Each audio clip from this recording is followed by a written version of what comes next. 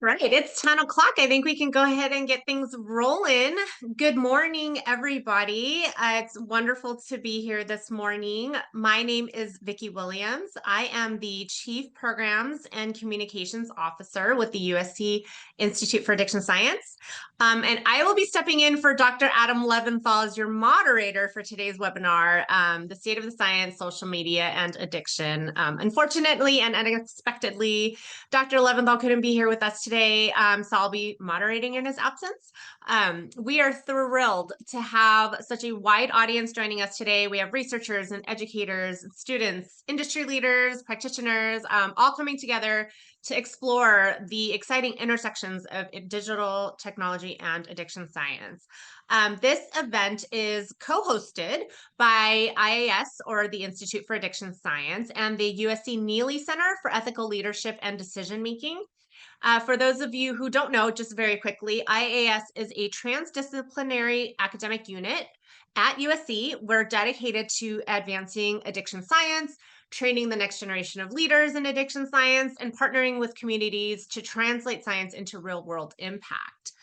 We have over 90 faculty members across 11 different schools and departments. And so we've made many connections with various different centers across USC, and one of which is the Neely Center at the USC Marshall School of Business, whose mission is to equip leaders with tools at the intersection of ethics and technology, guiding responsible decision-making in emerging areas of innovation.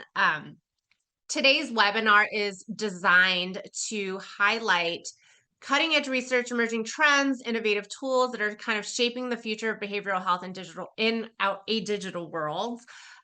Our goal today is just to spark some conversations, share ideas, and inspire collaboration across these disciplines.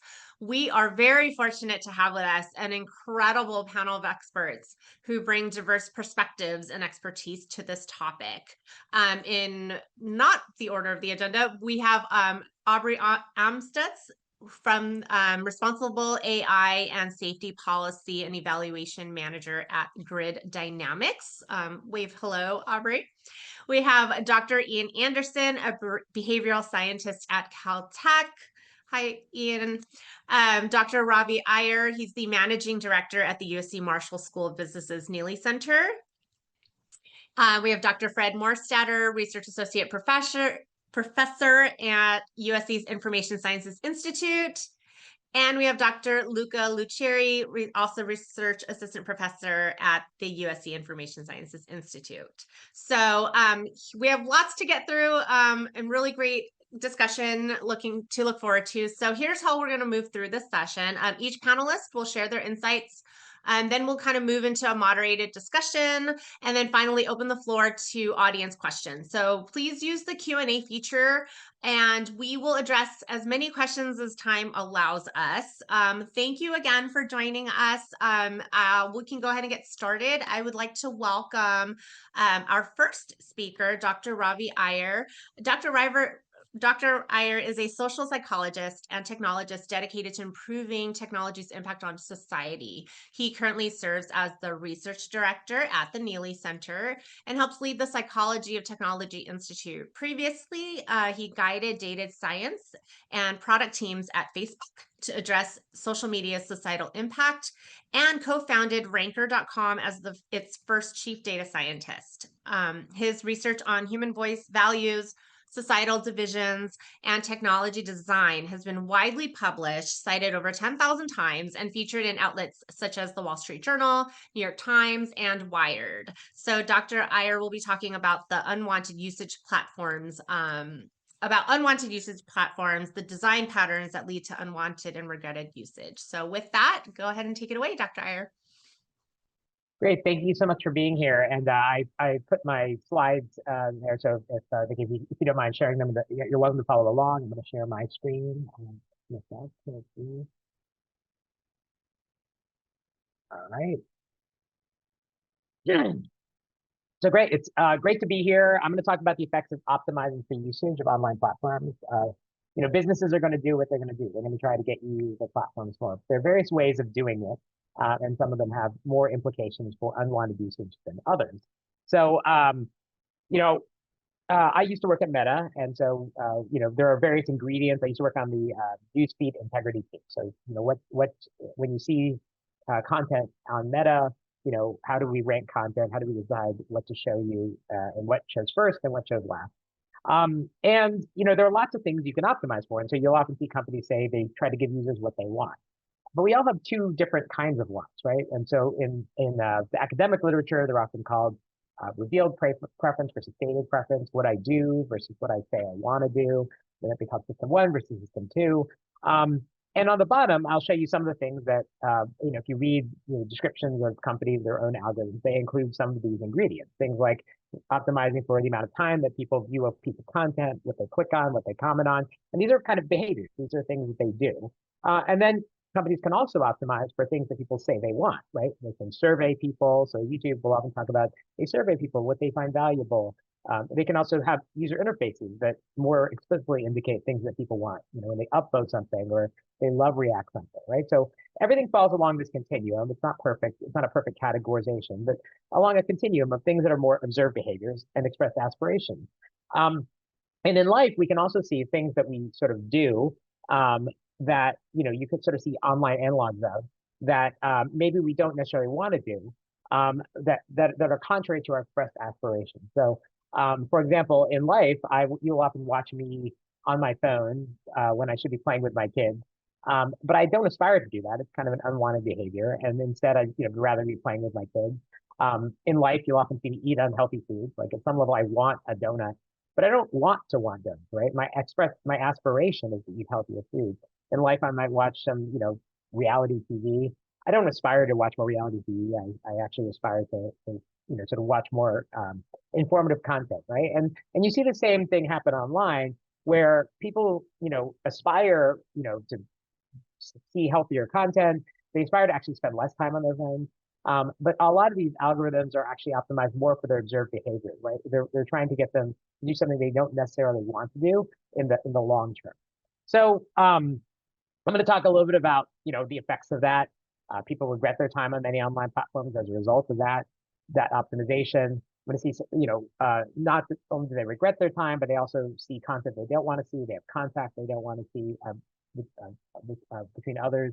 I'm going to talk about some of the platform designs that lead to these. I'm going to talk about some of the policies that are sort of coming online that address these designs and try to say, we should actually optimize for user agency. And I'll end by talking about how the same pattern occurs, not just for social media, but occurs for other technologies. So here's just a couple stats on like unwanted excessive usage. I often don't use the term addiction because it's, people can debate like what that means, but it's very clear that people are regretting usage of these platforms, right? So a recent Pew poll, 45% of teenagers said that they use social media too much, right? So this is not adults saying to them, you're using social media too much.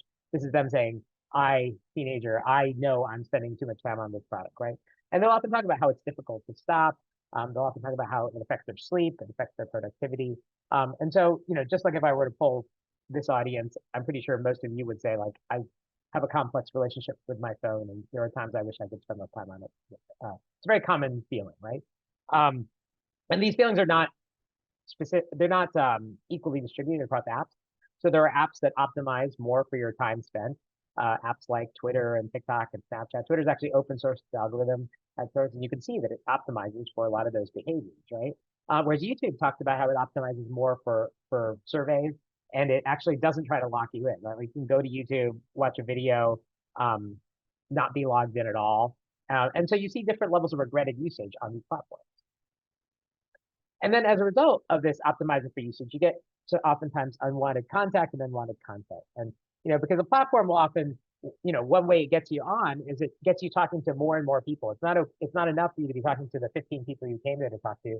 Let's try and have you make friends with, 50 other people who maybe you have loose connections with, or maybe some strangers somewhere else who you may share an interest with. And so that way you have more stuff you can do on that platform. But that leads to risks, right? That leads to unwanted sexual advances. And so in one study at Meta, 13% of 13 to 15-year-olds reported receiving an unwanted sexual advance in a 7-day period. And then in a study that Snap did across platforms, 35% of users in a 3-month period of young users reported unwanted contact from others. unwanted content. So similar study, a meta again a couple of years ago, 19.2% of youth, 13 to 15 years old, reported seeing unwanted sexual content, right? One way that you can get you to use this platform more is you can show a lot of like people doing, attention-getting activities, right? They can be being more revealing, more sexual, they can be more violent, they can be more graphic. And a lot of these things are not things that people actually want to see, right? So um, this is not users reporting seeing sexual content. This is users reporting unwanted sexual content, right? 12.8% of 13 to 15-year-olds in a 7-day period reported seeing violence. Australia's e-safety organization has done similar kinds of studies. In a 12-month period, for example, 34% of teens reported seeing bite videos. So a lot of people are seeing this unwanted, harmful content. They're having contact with people they don't want as a result of this optimization for using these platforms more. And there are a lot of reasons why these platforms are designed this way. I mentioned the algorithms. They're optimized for what we pay attention to, not what users are explicitly requesting, right? And so just, you know, having those algorithms, changing the optimization function of those algorithms is one thing you can address, really optimizing for explicit preference. There's ephemeral content, right?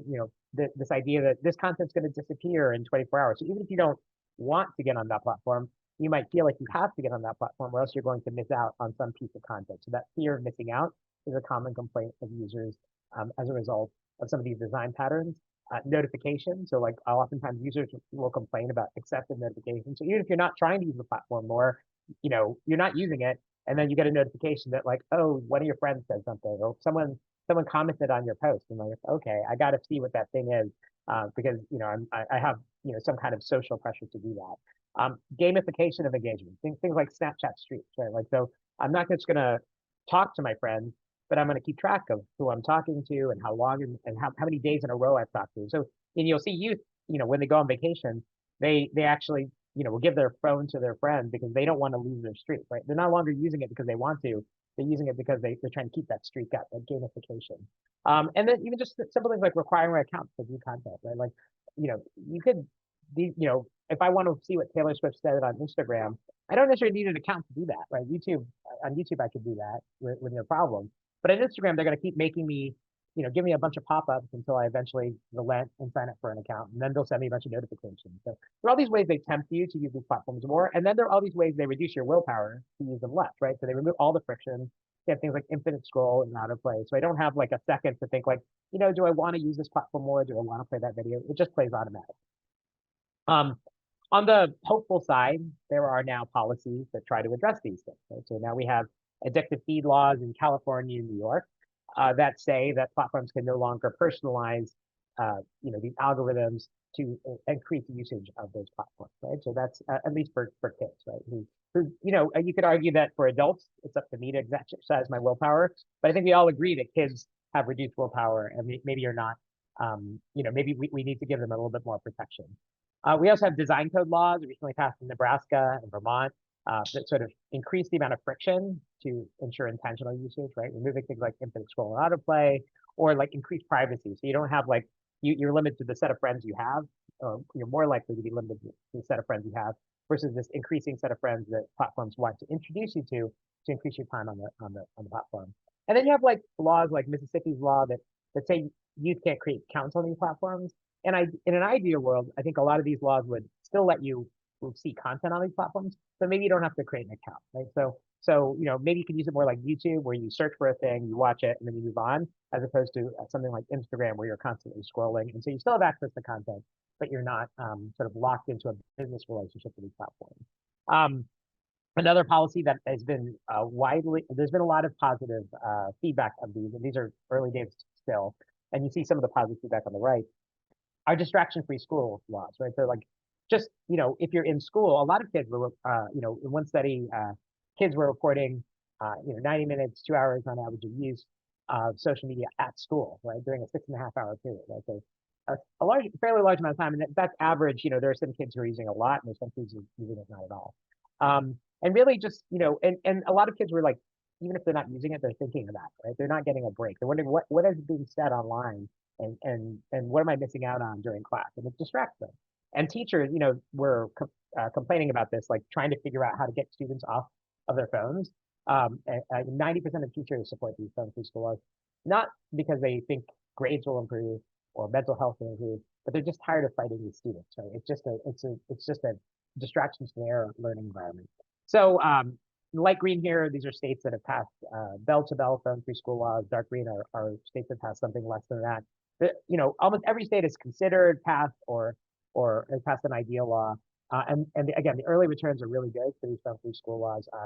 Teachers will report like being in tears, just seeing like the chatter. The lunchroom is just a very different place where people are talking to each other as opposed to everyone's on their phones. So those are some of the ways that we're sort of making progress against systems that are designed to sustain our attention. But as we move into a world of increasing I just wanted to bring up this quote. This is an old quote from an early Facebook engineer, just observing that the best minds of his generation were thinking about how to get people to click ads and how that kind of sucks, right? And that's not necessarily the innovation that people who are creating AI technologies promised us, right? Like, OpenAI, talks a lot about solving, medical problems with AI, and now they have a system that's designed to like get you to watch AI generated videos as much as, as uh, maybe useful for their business. And so that, I just think we should question when companies talk about innovation, and that's not just, generative AI. That's like, also companion chatbots that maybe use intimacy to sustain your attention. That may be video games that no longer about, I pay $40 to use a game, and I can use as much as I want, but they have this incentive to get you to use it longer because now the business model is like buying more stuff within the game, right? So the longer you use it, the more likely you are to buy more stuff in the game. Or even like online gambling platforms that use AI to figure out like the right bet to offer you at the right time to get you to do it more, right? All of these things are things that are trying to get us to do things more than we want to do. And so I just question whether we think of those things as innovation and question whether we're creating some of the same externalities that we see for social media across all of these new products. So with that, I look forward to the conversation later, and I will stop sharing my screen. Thank you so much, Dr. Iyer. So next we have Aubrie Amstutz. She has over a decade of experience working at the intersection of technology and language. She began working at an in-person tech support desk while studying literature and French at the College of Creative Studies at the University of California, Santa Barbara. Aubrie holds a master's degree in linguistics and cognitive studies from the University of Siena in Italy, where she also studied Italian and worked for an Estonian language learning tech startup. She has continued to work in diverse applied linguistics settings in industry, including on text features, product policies on the US Trust and Safety Team for TikTok, and currently managing a team of researchers and engineers creating responsible AI product policy and evaluation. Aubrie's very passionate about the interdisciplinary industry academia partnership, and she'll be sharing some of her current and past experience working in the industry and provide her perspectives on this topic. Aubrie? Great, thank you. Yeah, so as we just heard, thank you for that intro. I've worked at kind of a variety of companies over the years, including Apple, Microsoft, Duolingo, Scale AI, and TikTok. And so I've seen a variety of different products and features, and I think um, the the goal of the feature and whether or not that sort of goal aligns with the user's goal is really important here to consider, like Ravi was just talking about. When you're thinking about something like language learning, the goal is for you to want to come back. And so you do want it to be gamified because you're wanting that aspiration is to be coming back and actually practicing that language. Where with something like social media, maybe your aspiration is not to spend as much time on it. But thinking about the kind of the topic today of thinking about addiction, and maybe addiction is a very loaded word, so I really love that unwanted usage terminology. I think that it's not such a surprise that in a society that is increasingly um, where we feel increasingly isolated or lonely, like there's this sort of loneliness epidemic that people talk about, that these uh, areas, these maybe like loci or vehicles for social connection, things like alcohol at a bar maybe could be seen as like a precursor to a social media algorithm that is, or a social media experience where you're looking for that connection, and if you are not participating in that, you will be missing out on something culturally relevant with your peers. And that then sort of reinforces that isolation and feelings of loneliness because you feel out of the loop. You don't feel like you belong in that group. And so I don't think it's necessarily surprising or coincidental that these are places where when people feel that they aren't getting that connection, they don't have a community, they're going for trying to increase that social connection, that feeling of social connection, and then that can lead to unwanted usage and sort of overindulgence, we could say. So I think it's really interesting, and I'm really glad that we have this group coming together to talk about this today.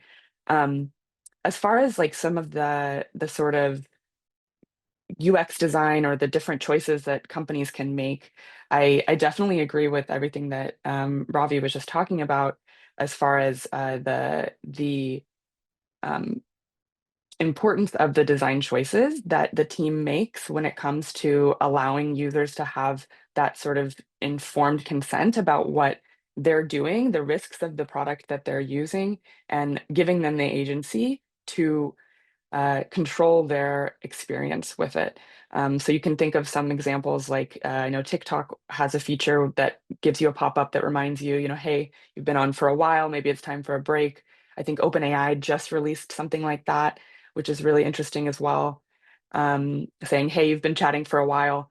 And I think if you think about something like going back to what I was saying earlier about the product really uh, being the metrics that you need to think about for engagement being really different for the different products, we can look at.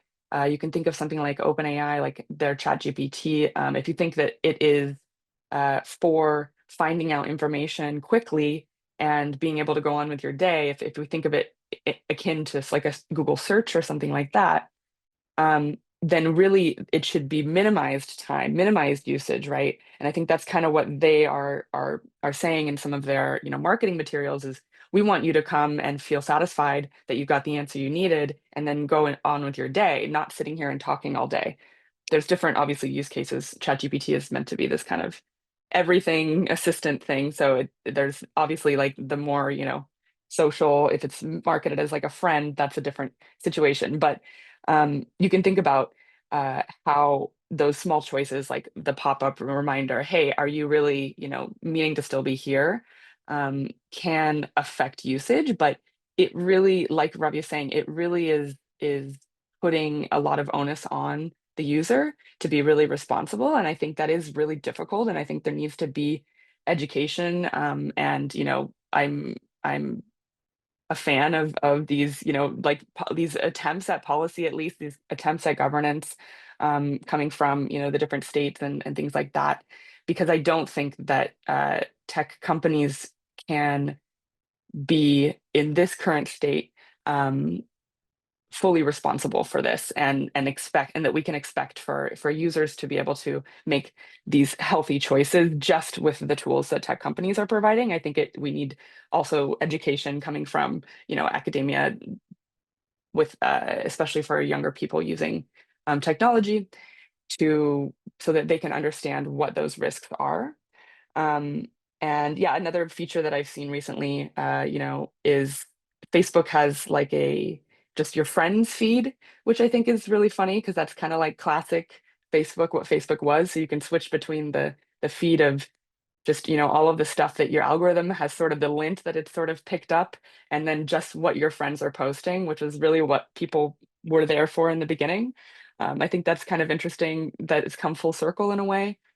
Um, Instagram also released a feature that allows you to reset your reset your algorithm completely.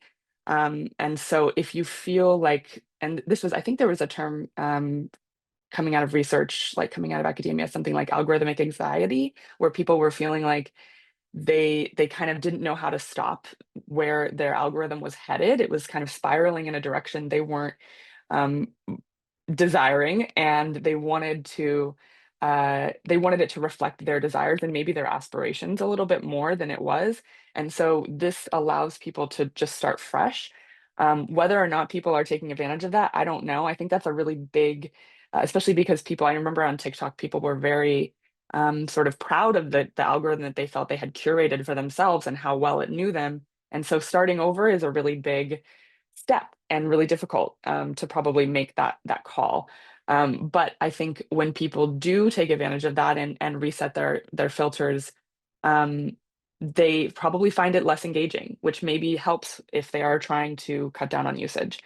Yeah, so I think that, like I said, the information that we're getting from all of the researchers that are on this panel is so crucial to be shared with end users in an accessible format so that they can have, yeah, just all of the information in their kind of toolkit, as well as the support of UX design from companies that allows them to have more agency in the way that they interact with these different products.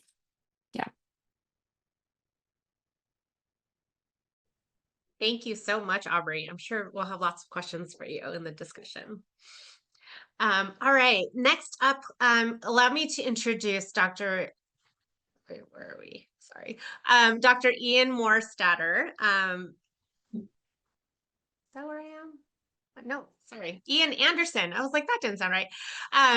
Dr. Anderson is an American researcher and artist born in Ann Arbor, Michigan. His current research interests include how psychological and interpersonal processes are influenced by media use and human-computer interaction. His research work examines habits and automatic processes, online posting and scrolling behavior, hate speech and extremism, conspiracies and rumor, well-being, identity and stereotypes, and social media influence. His methodological approaches involve experimental and quasi-experimental designs, randomized controlled trials, and computational natural language processing, qualitative methods, linear models, multi-level models, and choice models. He currently holds a BA in economics and political science from Swarthmore College and a master's in management focused on marketing and consumer psychology from NCID, as well as a master's and PhD in social psychology from the University of Southern California. Dr. Morstatter will be Anderson, sorry. Take it away. Thanks. Everyone can see my screen, correct? Great. So thanks for the introduction, Victoria. And so yeah, I wanted to talk a little bit about unpacking the way we use the term digital media addiction. Actually, the title of the seminar basically like triggered my bat signal related to this topic. So I'll be soapboxing a little bit about this. And yeah, so I want to present to you guys sort of an integrated model of digital media habits and addiction, which I think talks about the way that I understand digital media use, and I think could be helpful also for people who use digital media and generally people in the audience. So without further ado, so when I got the invite to this panel, I was actually a little bit surprised, especially given that the um, Addiction Science Institute was involved. So I want to say first that I come in peace and that this is actually a clickbait headline. I did write this article that says digital media addiction is a myth. What you have is a bad habit and it's fixable. But if I could rephrase it, I would, I promise. Actually, the Washington Post editors chose this and I had no involvement in it. So yeah, again, I come in peace to all the addiction scholars in the audience. So this would be the rewrite that I would suggest. Digital addiction is relatively rare, and what you have is likely a bad habit, and that is fixable. So that's probably my actual perspective, which is related to social media habits, and I'll explain a little bit about what those are in a minute. So despite the fact that the term digital addiction and addiction is really, really frequently used, related to when people talk about, oh, I'm so addicted to TikTok, I'm so addicted to Instagram. Clinical addiction to social media apps is actually very rare, according to the scientific research. And presently, the DSM, which is the Diagnostic Manual for Disorders and stuff that's used by clinicians, does not recognize social media addiction as a disorder. Even addiction researchers who are involved in this field are quite critical of the way that addiction is being currently applied to digital and social media use. And there's a whole debate, basically, like in order to explain um, social media addiction, they had to create a separate category of addictions. And this was also used to explain like internet addiction and things like that, because digital media is not a substance. It doesn't act in the same way as like alcohol or cigarettes do. People often use this metaphor, but I actually find that metaphor quite frustrating because there's a lot of things about it that are very different in the way that it operates. And I think it actually undermines people's ability to understand and better control their use, which I've done some research on. So I know you guys are already probably aware of this, but I actually went in and looked at how many articles that talk about social media addiction versus social media habit are out there. And over the past few years, like the addiction framework and the narrative related to social media is absolutely dominating. Like it's like 10 times the amount of articles. And on the right here, you have a graph of the social media engagement with those articles. And basically, there's almost no time in which the term habit is even close to the usage of the term addiction in terms of the articles that and the engagement traction that you're getting. So the addiction field is currently winning the existential battle that I'm involved in as a habit researcher. Um, and clearly my op-ed did not have the impact that I was hoping, right? So uh, actually, this is a little bit of a problem.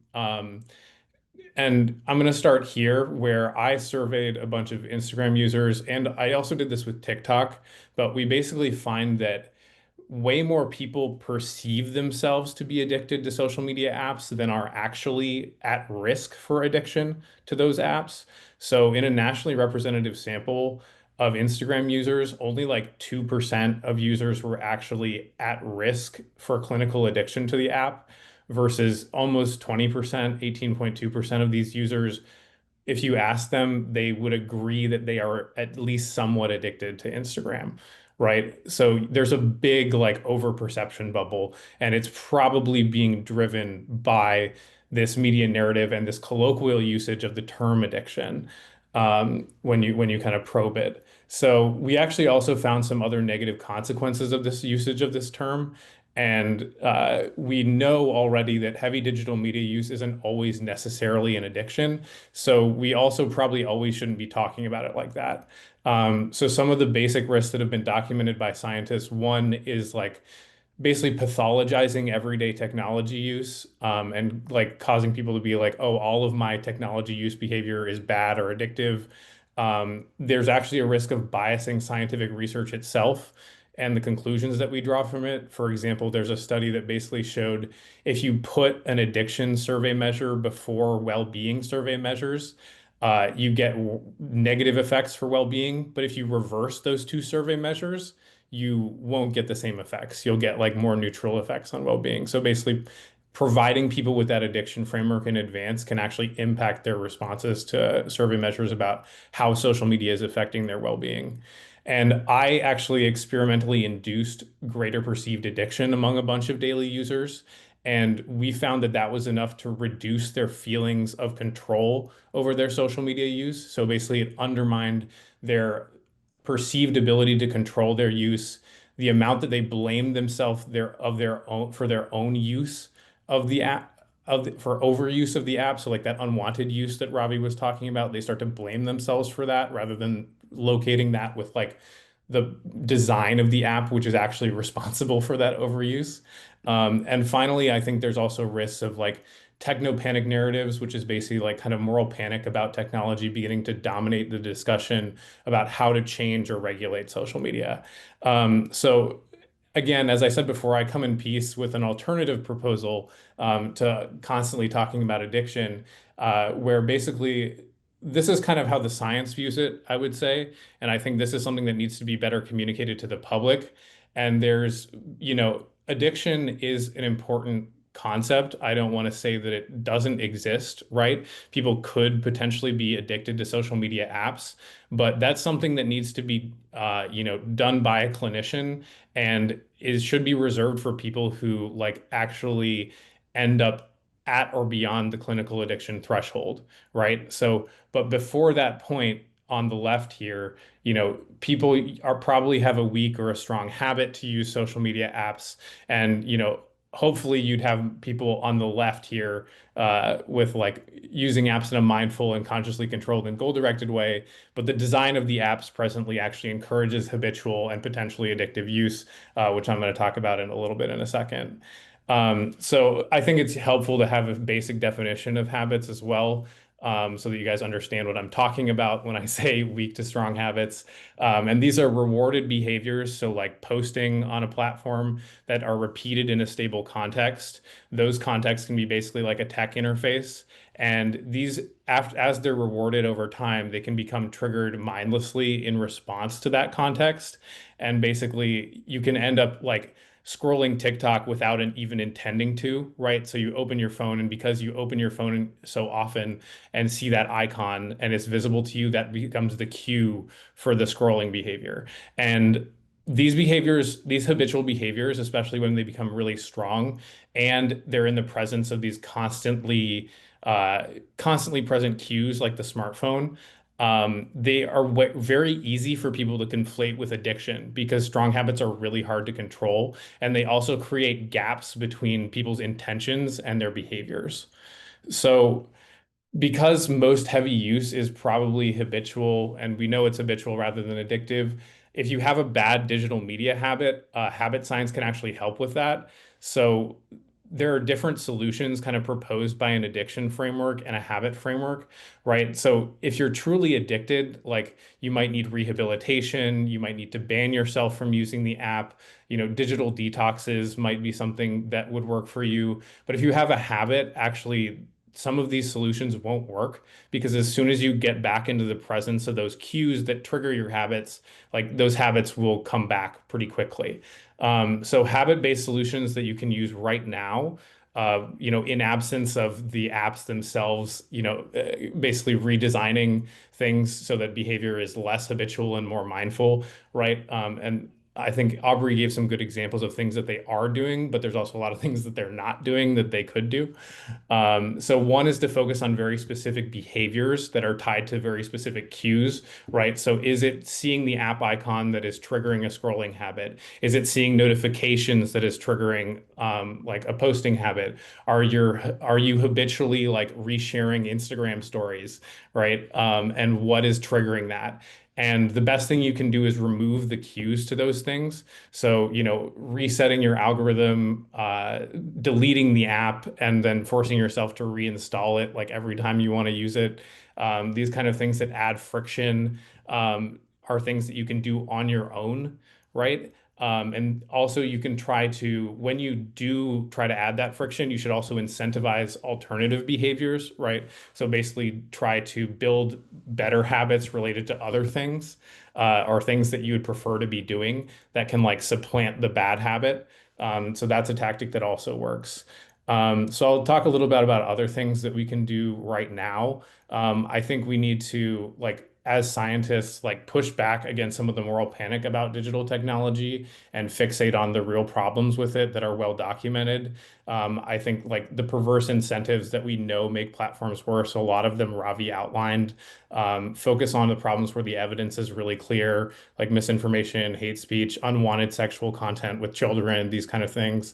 I think we need to push for evidence-based regulation and action that addresses specific problems in the design of the platforms, and also support apps that are doing things better. There are apps that are doing things at least a bit better than some of the major ones, and I think that we should probably support those with our consumer choice.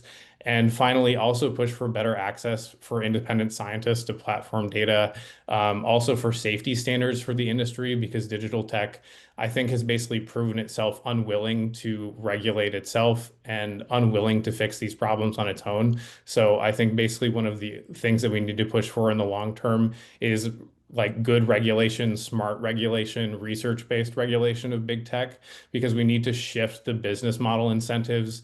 Right now, they're completely over-indexing on those, and there are very few pro-social incentives involved in the way people are designing these platforms. And I think through smart regulation, you can also like set up standards for, transparency, better competition among the apps, safety, and help basically, generate a better future state where we have like more pro-social incentives, like basically counterweighting the business model stuff. And so I guess the final proposal for you all is that we change the name of the webinar to the Digital Media Habits and Addiction webinar, just to yeah, conclude. Thanks.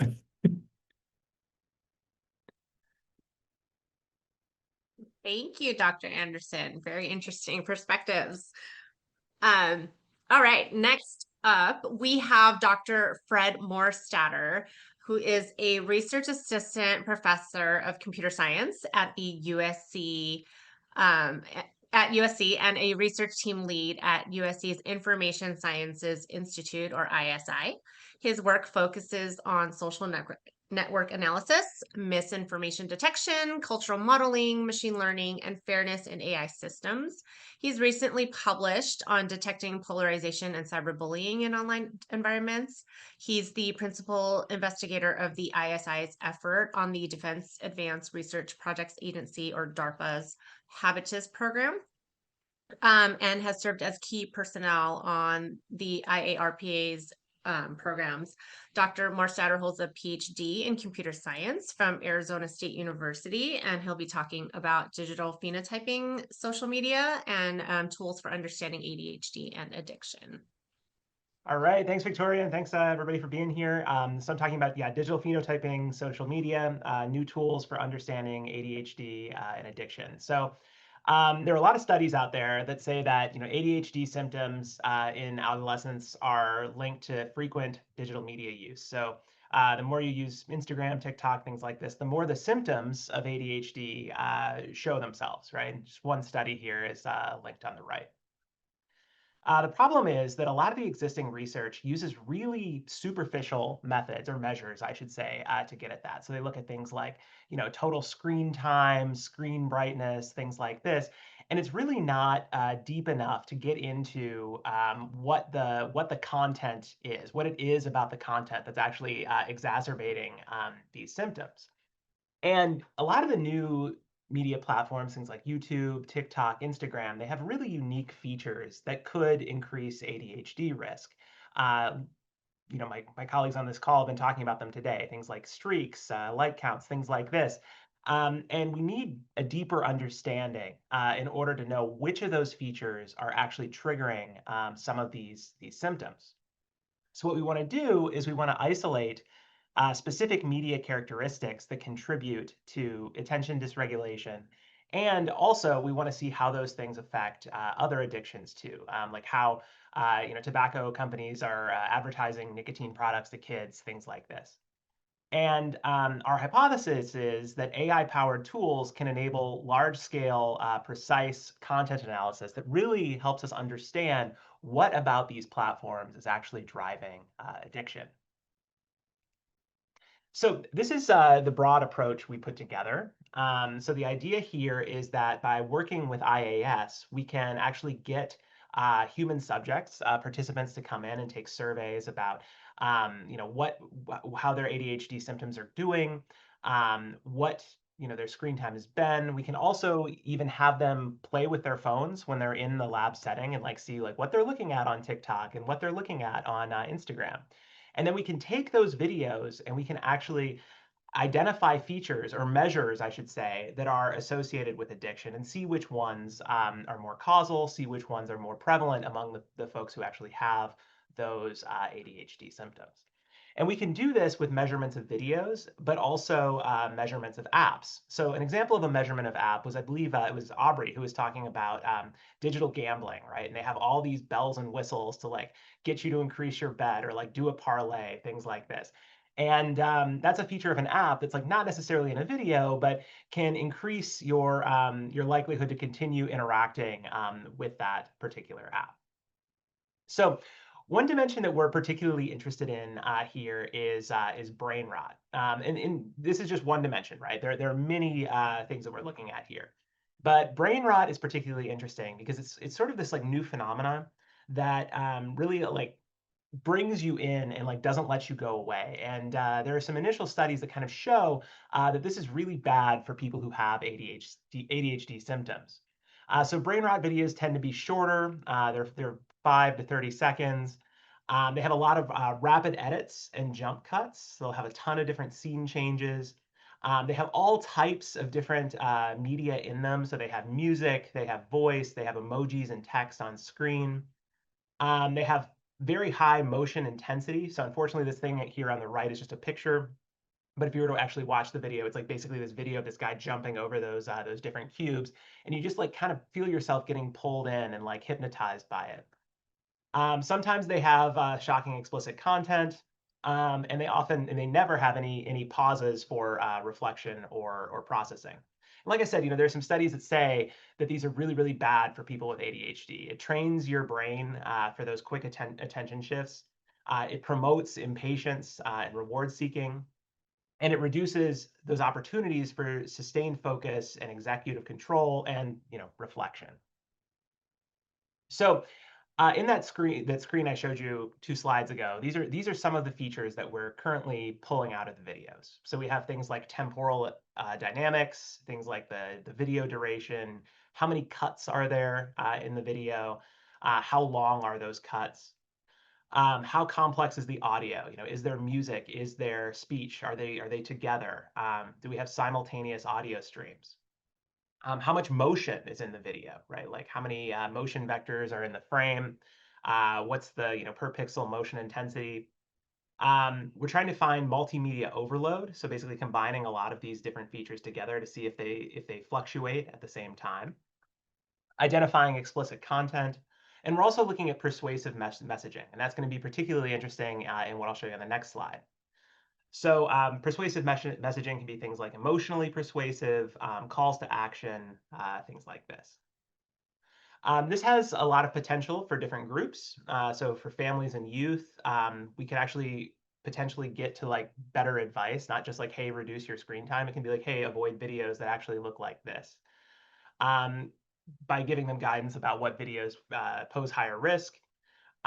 We could also give an app or a dashboard that gives personalized feedback on viewing habits. It'll enable clinicians to give better recommendations to patients who are struggling with media overuse. And it can also inform treatment planning, alongside the existing suite of tools that are available for ADHD. For public policy and health, it can help inform social media literacy campaigns to help them identify safer content. And it could also inform some industry regulation, like designing nudges or limits on ultra stimulating content. So everything I've talked about today has been focused on really ADHD. But before I turn it over to Luca, who's going to really take it home with the system that we've built, I guess 2 future directions. So the first is digital gambling. I touched on that a little bit today.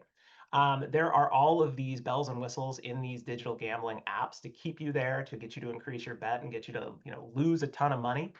And also they have now in prediction markets questions that like might appeal to younger people to kind of like get them to come over.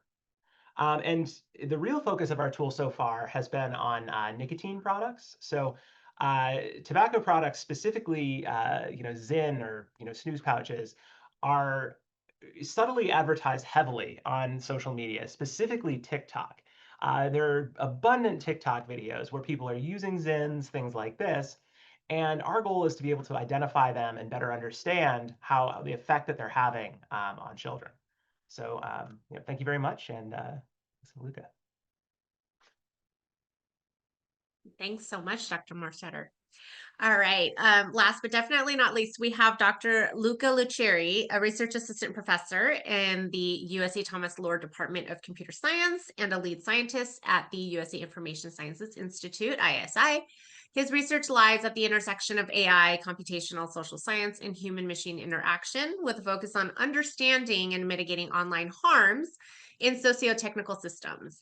Motivated by the societal risks posed by digital platforms and generative AI, Dr. Luceri's long-term goal is to foster a more resilient and trustworthy information ecosystem.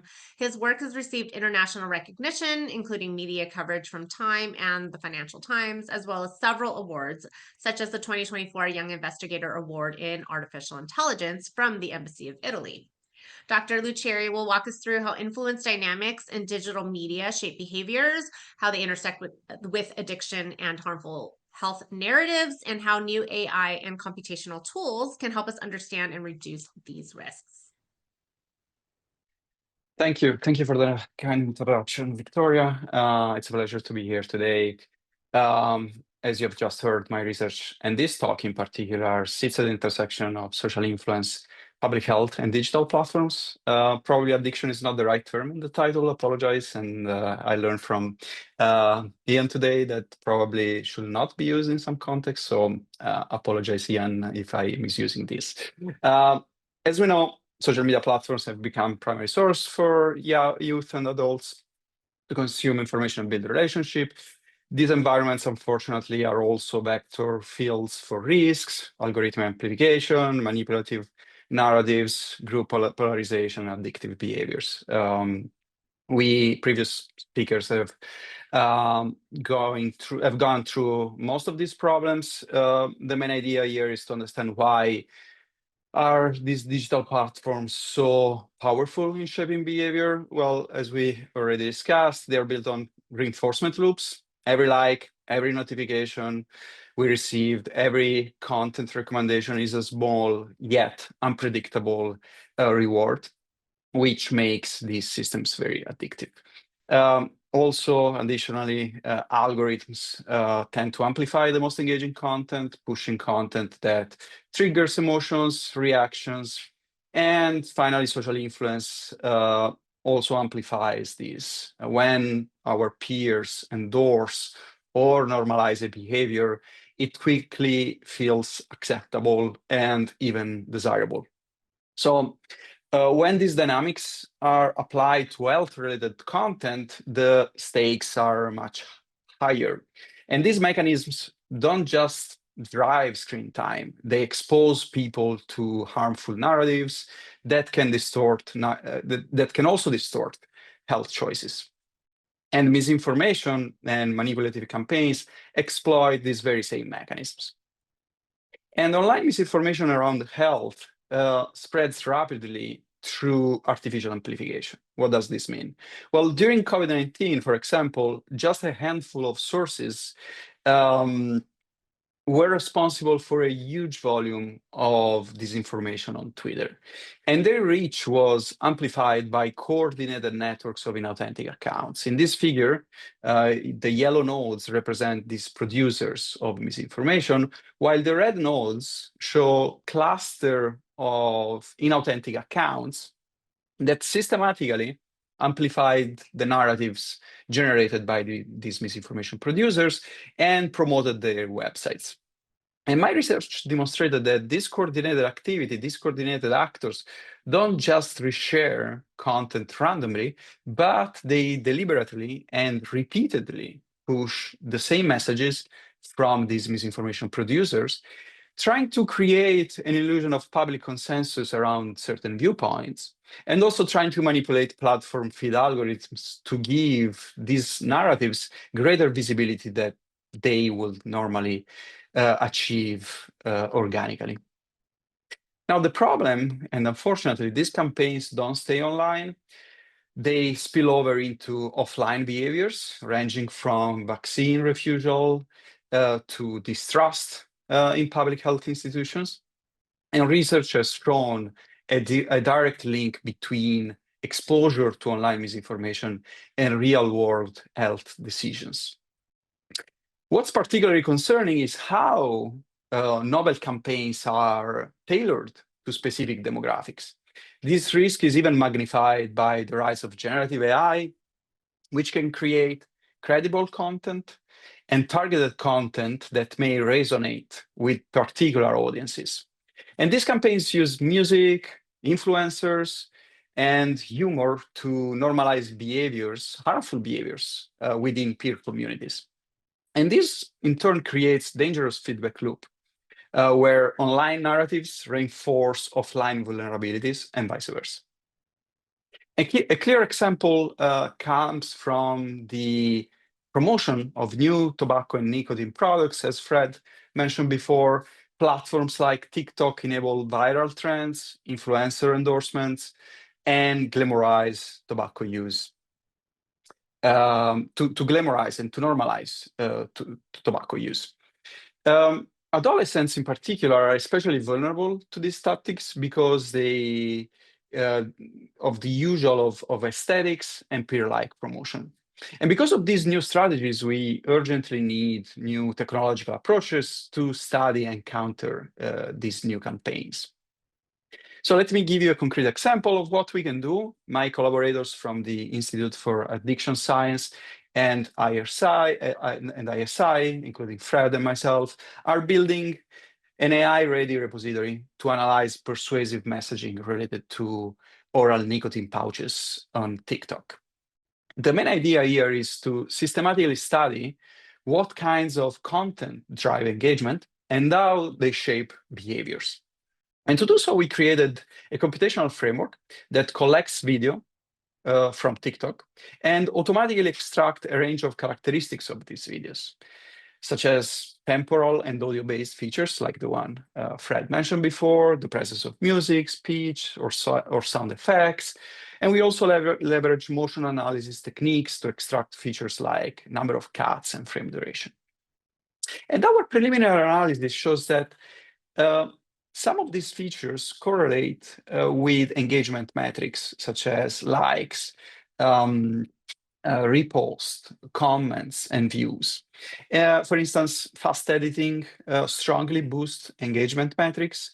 Negative videos tend to draw more reaction and attention as long as moving on screen text, so text that moves within this video. This is particularly effective at capturing attention. And we also leveraged open source large language models to create an automated video annotation system that aims to replicate human coders annotation across key dimensions, such as the type of product that is sponsored or promoted in the video, substance use behavior, and promotional cues. The key idea here is to enable scalability. So instead of relying only on time-intensive manual coding, these systems allows us to replicate and potentially scale up human annotation across thousands or millions of videos. And this works particularly well. Our AI system can accurately identify specific products, detect the use of oral nicotine pouches in the videos, recognize different flavors, and capture video characteristics with a high degree of precision. And finally, we developed an interactive dashboard that allows direct exploration of our annotated pipelines and videos. And here it's a demo of this dashboard called Vista, where videos can be played and also our annotation can be inspected.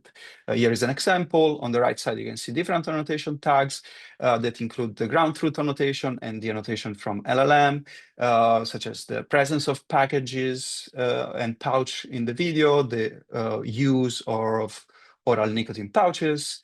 If brands are mentioned, we can detect that, the flavors, we can uncover the different themes within the video. If other substances are present in the video, if false or misleading claims are made. And then we extract some demographics from the video itself, if human subjects are present. And we can extract also audio features like volume range, speech, and the presence of multimodal characteristics such as animated text, emoji, and music. We can extract temporal dynamics, as I said before, and described in details, and motion analysis features. We can also look for some specific keywords present in our videos, like here's an example with SNAS, which is a product commonly used in Sweden.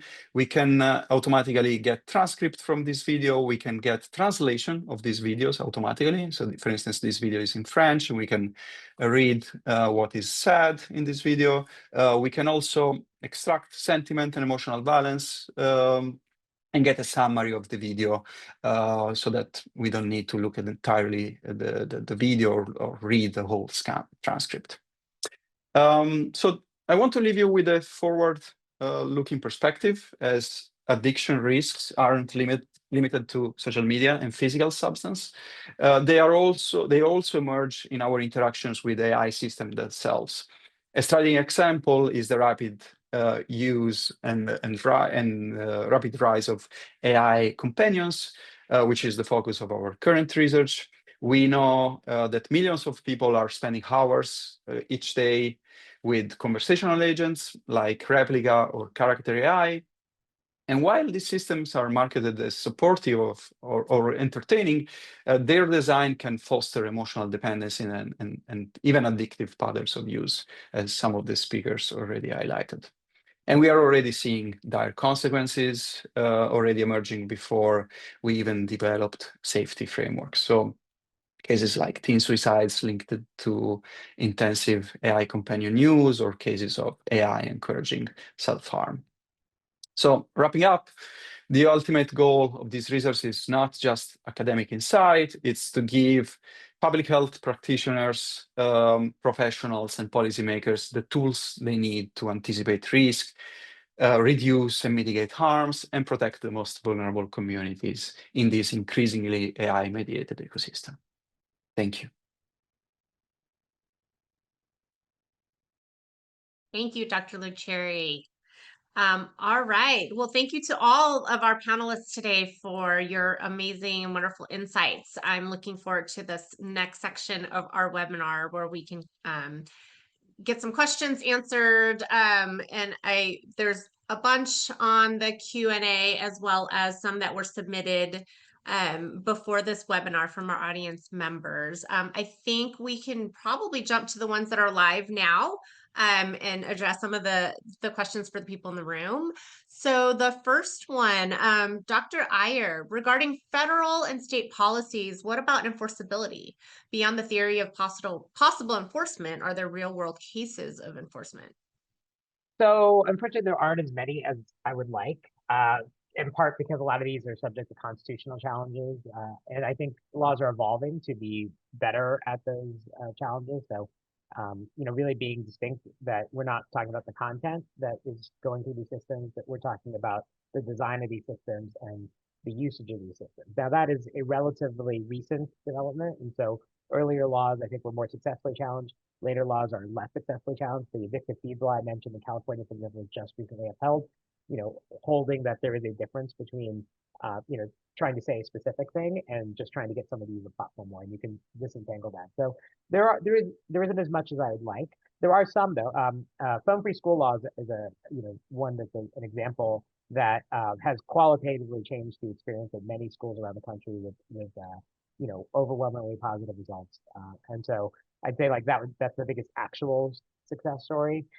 There's a recent DSA enforcement that said that, for example, if you change your settings so you don't want to have an algorithm that is set for optimized for usage, they have to keep you there. They can't like nudge you back to the setting that you didn't want in the first place. So, and it's on the margins. It's not gonna, change things because most people don't change their settings in the first place.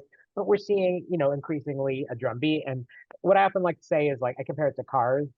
We had cars mass produced in the 1900s. We didn't get seatbelts in the 60s. It was a process. Like Ralph Nader had to do a bunch of stuff to get like seatbelts in cars and with airbags. Social media's been around like 20 years ish, or 15, 20 years. It's a process, right? So we're seeing that process play out. It's not happening overnight, but it is happening. Thank you.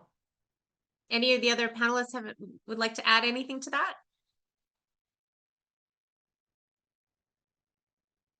All right. Let's see.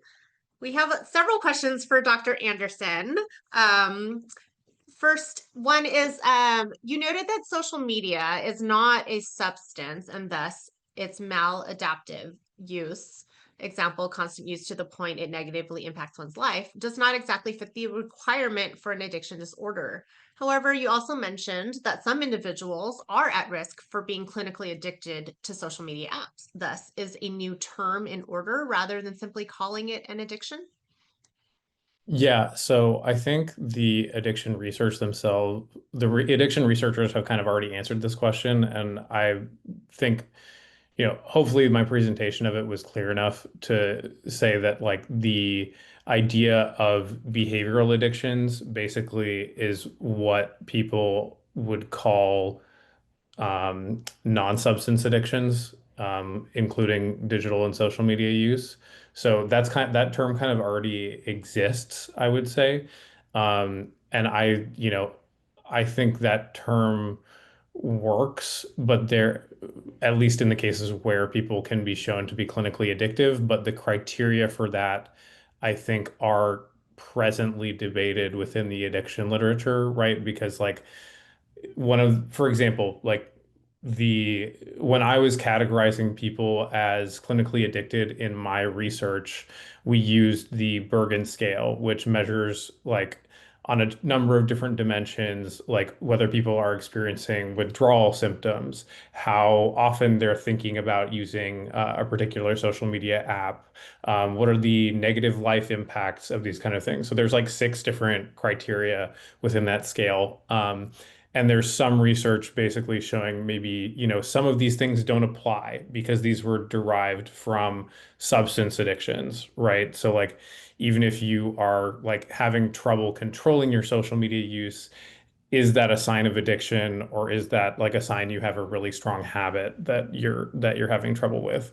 If you're like thinking about it a lot, like so there's like a number of like basically like there's a number of debates going on within the addiction literature about that. So I just wanted to kind of highlight that there is like some remaining debate about how to precisely define when someone is addicted to a social media app, but the term that is presently used is behavioral addictions. Yeah.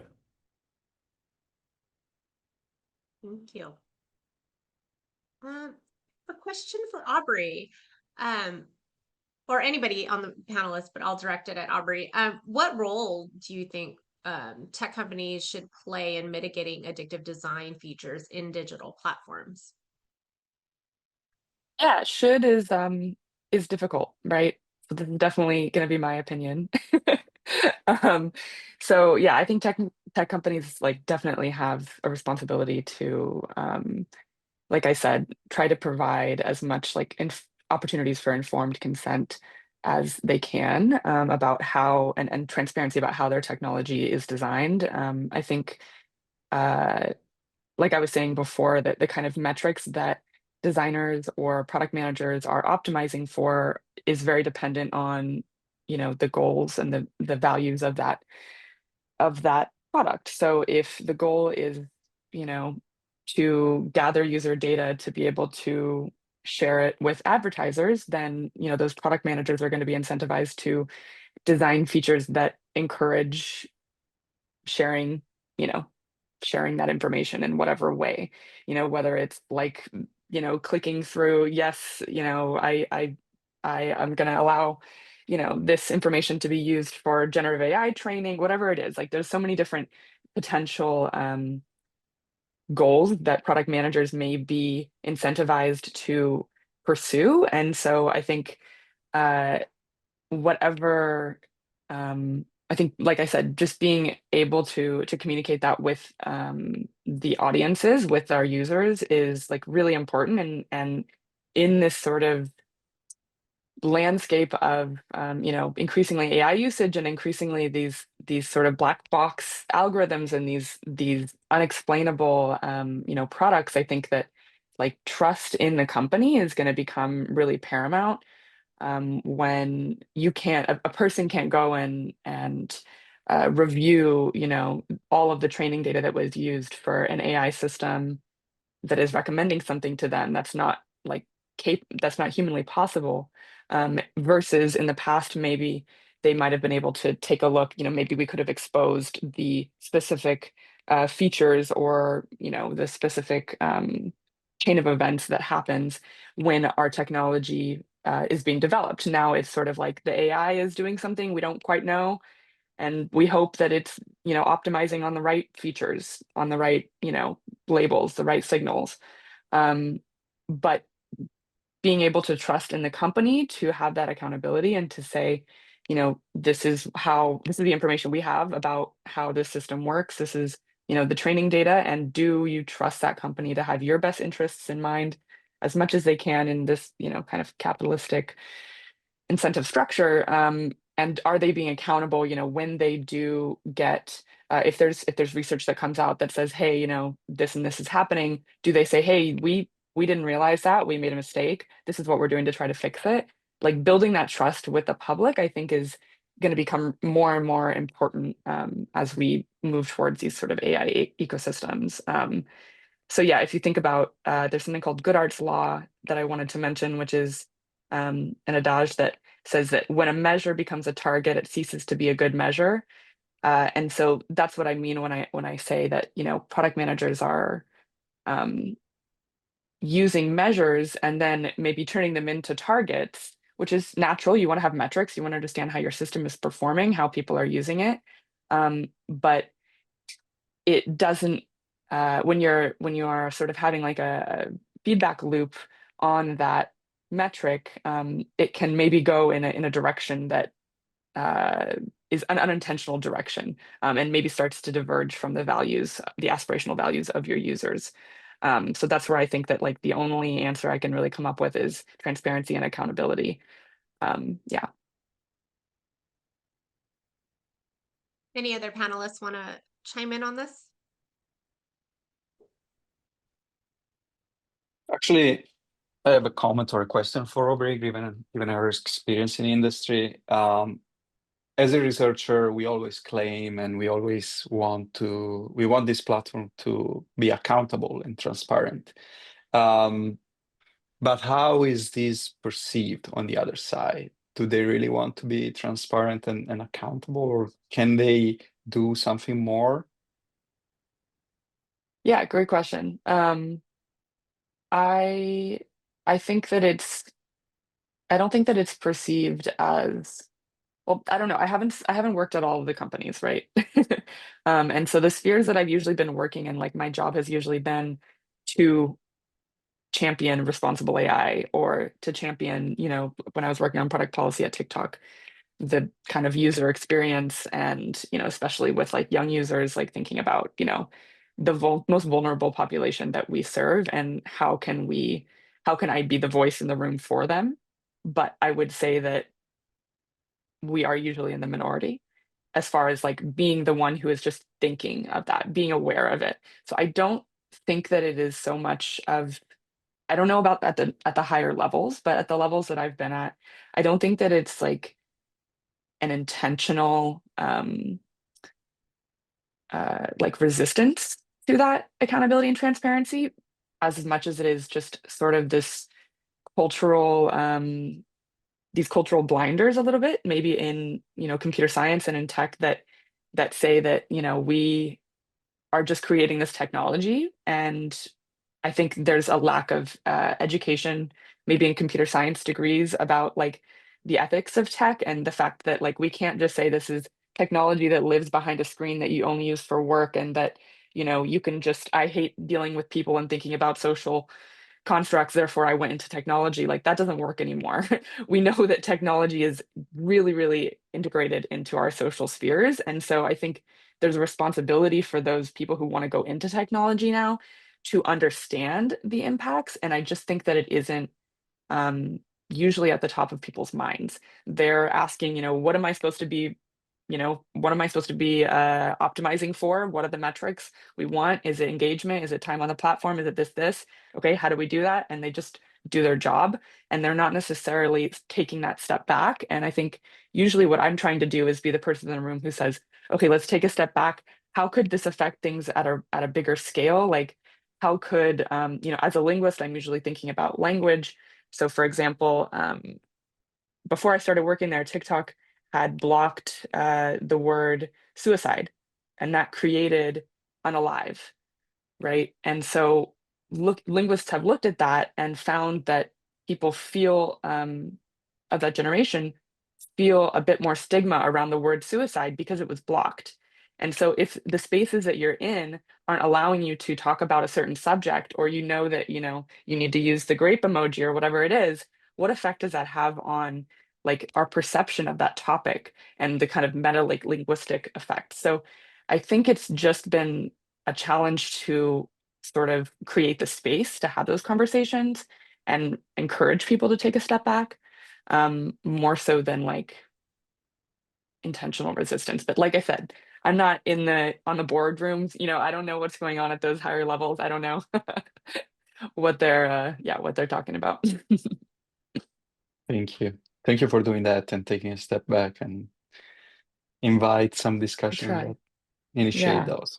That's great. Yeah.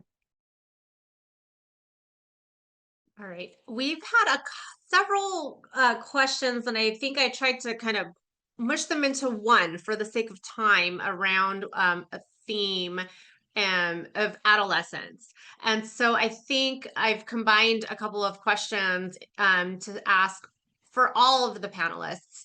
What guidance can you share on supporting adolescents in developing healthy digital habits, balancing the benefits of online social connections with the risks of excessive screen time, potential future addiction, and the concerns of parents and educators? Well, I think one thing we all agree on, so like, Ian, I think so I work with John Haidt and the Anxious Generation team, and so Ian referred to the moral panic and the idea that, there's some people who disagree with that. But I actually think the thing everyone agrees on is the giving agency to the users, right? Like I think regardless, like it's kind of whether you call it addiction or you call it a bad habit, there are a lot of kids who have less self-control who are using these products more than they want to due to the design of these systems. And so just fixing the design of these systems in those cases so that there's a lot of laws that sort of focus on the design of these systems, like optimizing for explicit preference, giving people more control, giving people more default privacy. Like if you want to, change the settings so you have infinite scroll and autoplay, fine, change it. But like the default should be something that sort of increases control versus something that helps them lose control. So that's like one. And then I also think like, just even there's ways that platforms just try to like get you to sign up for them when like a lot of people just want to talk to their friends and like watch what their favorite creators say. And so I actually think like some of the laws around account creation are perfectly reasonable. Just encouraging more logged out use, right? Like Reddit leads into logged out use over the last couple of years. We've done some studies at the Neely Center showing how people are learning a lot more as a percentage on Reddit because they're using it like search. They're using it to like learn a thing and then move on. And so like all these platforms that are trying to get you to create an account, like, it's kind of inappropriate for a 15-year-old to be creating accounts on these platforms and signing away their data when you don't let them set up a credit card and they don't really understand like the long-term consequences of these actions. And so why can't we just give them more access to content by not requiring them, like requiring every platform to sort of incentivize that logged out access so that we're not trying to lock them in. Yeah, I would say that that's a really important step, Ravi. I completely agree because also there's, I think, a lot of concerns about some of the way, like there are certain laws, in particular, like the one that just went into effect in the UK that basically require everyone to like upload a photo ID in order to get an account. And then that basically allows, that's giving away a ton of privacy, and also like, allowing for all sorts of like surveillance related to people's data and all these things to occur. So that's like a big concern about like how the legislation is going to be enforced and affect people. But back to the like topic of adolescence, like I think one thing that I would also add to what Ravi said is like we do know that in particular like adolescents are more sensitive to like the social rewards, the incentives baked into the platforms.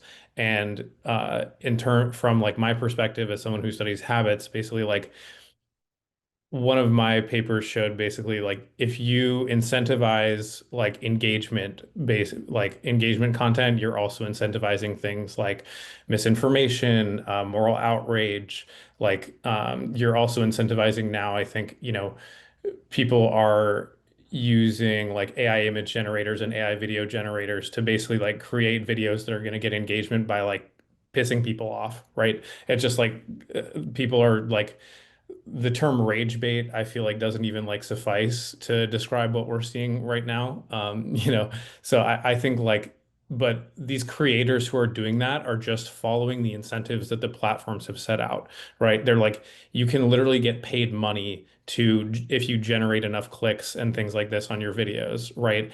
And I think like this is an example of a really like bad and negative social media habit, and these things are also exposing like adolescents and people to the things that you're concerned about, Ravi, like these unwanted like violent images, nudity, like all these kind of things like go part and parcel with that. So I think as Ravi was saying, like we need to think very carefully about like what the incentive structure of these apps is incentivizing in terms of both the content that is being shared and also the content that people are like, oh, this is what I should reshare to get more clicks and more views for myself, right? And adolescents, because adolescents are way more sensitive to those things. So it's particularly important to think about with respect to them.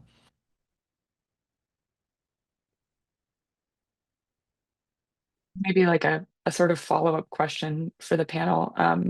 So thinking about adolescence, I'm reminded of and specifically, Ian, when you were talking about like that, doing a digital detox maybe doesn't work because you might still have those triggers and want to come back, and thinking about how culturally important these areas are and this information is um, for people, for making connections at school. If you haven't seen the latest video or whatever it is, I'm kind of curious if anybody has any comments about like a harm reduction versus maybe like an abstinence, like coming from addiction sciences approach to like that's a little more realistic when it comes to using digital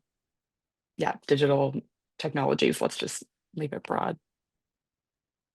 Yeah, I think like in terms of harm reduction for absence, I get at something that I forgot to say earlier that I wanted to say is that I actually think like complete bans of like the use of smartphones and things like that, I think like that is an example of legislation that to me feels like completely throwing the baby out with the bathwater because I think we need to like it's not the only thing we need to do, right? I talked about all the incentive structures and problems, but like information literacy and all of these kind of things and media literacy within the context of these apps is something that's really important for like adolescents and like young people to learn because if you like completely ban them from using the apps, you're basically going to have a bunch of people coming online, coming into these apps with no prior experience and no way to understand what they're seeing, no way to contextualize the content, and no way to like basically understand like, hey, this algorithm is pushing me this content for this reason. And I think that's really important experience that you don't want to deny people. That's why I'm like not someone who's in favor of complete bans, but I think like education that integrates like phone use and social media app use and especially around like media literacy is super important. So I think like there needs to be a way to, you know, get the positive things that the bands have created, like Ravi was talking about, like, people, socializing in person in the hallways. Like this stuff is important, but I also don't think we should throw out like teaching people how to use their smartphone devices and digital media safely. Yeah. Yeah. Yeah, just it reminded me of like in college they had a lot of programs to teach people about alcohol use and like just things that like maybe people would assume everybody knew, like, wine is this percentage and what does a percentage mean, and that, these are the consequences. You can, actually go to the hospital and die, and like that versus, just saying don't drink, you're not 21. So it just reminds me of that a little bit, which I Well, think is interesting.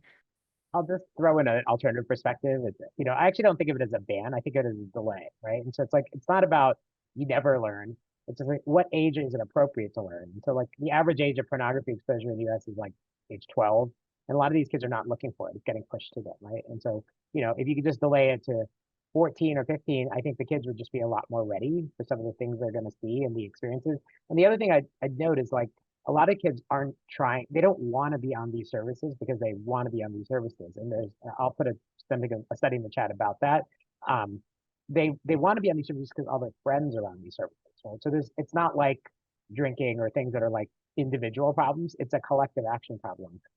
Kids don't worry about not using their phones in schools because their friends are also not using their phones in schools. And if some kids are using their phone in schools and other kids are not, then it's not an individual thing because like, oh, people are talking about me. I have no idea what they're saying, right? So it's not like it's different in that it's a social problem. And every parent who's like tried to stop their kids from using social media, like it's really hard to be the one parent saying like you can't use it when all your friends are using it. And that's why, you know, parents are getting together to all together do it. But like these collective action problems, that's the purpose of the ban, because it's not necessarily what kids want. It's not really a choice in a world where all your friends are using a thing. You actually don't really have much choice.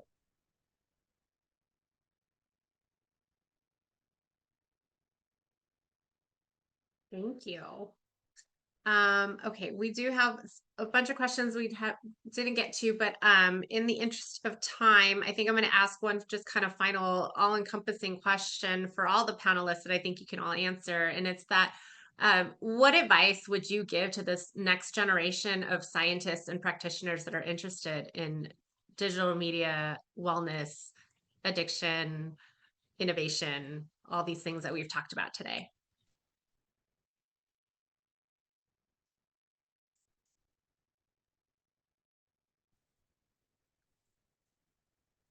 Well, I can start saying that I think when it comes to technology and things like social media and generative AI or AI companionship, I think the most important thing will be to be exposed to these problems. So I don't know if you study a community like TikTok or problems that you may want to investigate on these platforms, the first thing to do will be to be exposed and to observe what exactly these communities are doing. I think Aubrie gave us a great example of how some communities may change their language in response to moderation action from social media platforms, for instance.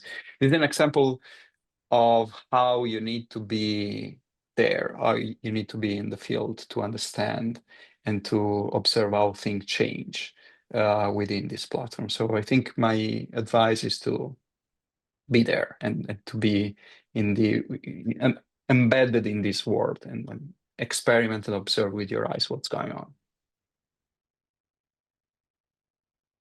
Yeah, my advice would be similar, which is that everything that is happening within a historical context. I think it's really important to understand the culture that you're studying. Like it's not going to be the same in the United States as it is in Italy, right? And like I think, you know, understanding the forces that are at play and how the incentive structures, like we've all been talking about, play into what you end up seeing in front of you. I think just zooming out is like my advice, and really making sure that you understand how, like, the politics of, and you know, the where is the money coming from, you know, what are people incentivized to do or optimize. Yeah. Yeah, I really liked Luca's point. I guess two things I'll add to that, and I think Aubrie just touched on that, is like not everything can be observed, right? So you need to bring people in, and understanding like the context around how they're looking at these things is really important, and it also helps you look at some of the causal factors behind this, right? So you know, a lot of these measures that we're taking online are just associative, so we need to go beyond that. Yeah, I mean, I'll just repeat kind of where I ended, which is, you know, like I'm more in the applied space, and I think we need to, you know, I was really heartened the fact that people are applying these same models to addiction, to gambling, and to chatbots, because the general pattern is one that we're going to see over and over again, which is companies using technology to try to get you to use their product more, and it has kind of repeated issues that you know, the ways you get people's attention, you know, technology changes, but human beings don't, right? So the ways you get people's attention are going to be, they're going to rhyme with each other. And I think the more we can study those and think about, you know, how are people trying to get you to use these products more, and what are the externalities of that, which is not that different than other industries, right? Like, you know, people sell food and they want to sell it cheaper to get you to buy it, and we'd have safety standards for those, right? So you know, I think just really realizing like this is like a very normal thing for across technologies, and trying to question constantly, like, where are companies trying to get us to use these products more, and what do we have to do to sort of mitigate that while still allowing them to make money, I think is an important thing for us to continue to question.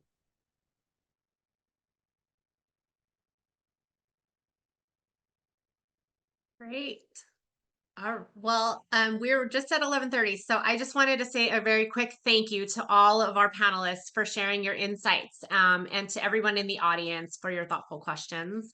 I think today's conversation really reinforces like the power of bridging digital technology and addiction science and wellness science, and highlighted how essential it is really to kind of ground innovation in ethical decision making, responsibility, human-centered values. If you'd like to learn more, we encourage you to connect with IAS and the Neely Center. I did put a quick feedback survey in the chat to help us just kind of improve any of our future programs. So we'd be grateful if you could take just a moment to complete it. But on behalf of IAS, USC Marshall, the Neely Center, and our organizing team, thank you guys all again for joining us. We hope today's discussion sparks some future collaborations and actions. So have a wonderful rest of your day and a great weekend, everybody. Take care. Thanks all. Thank you.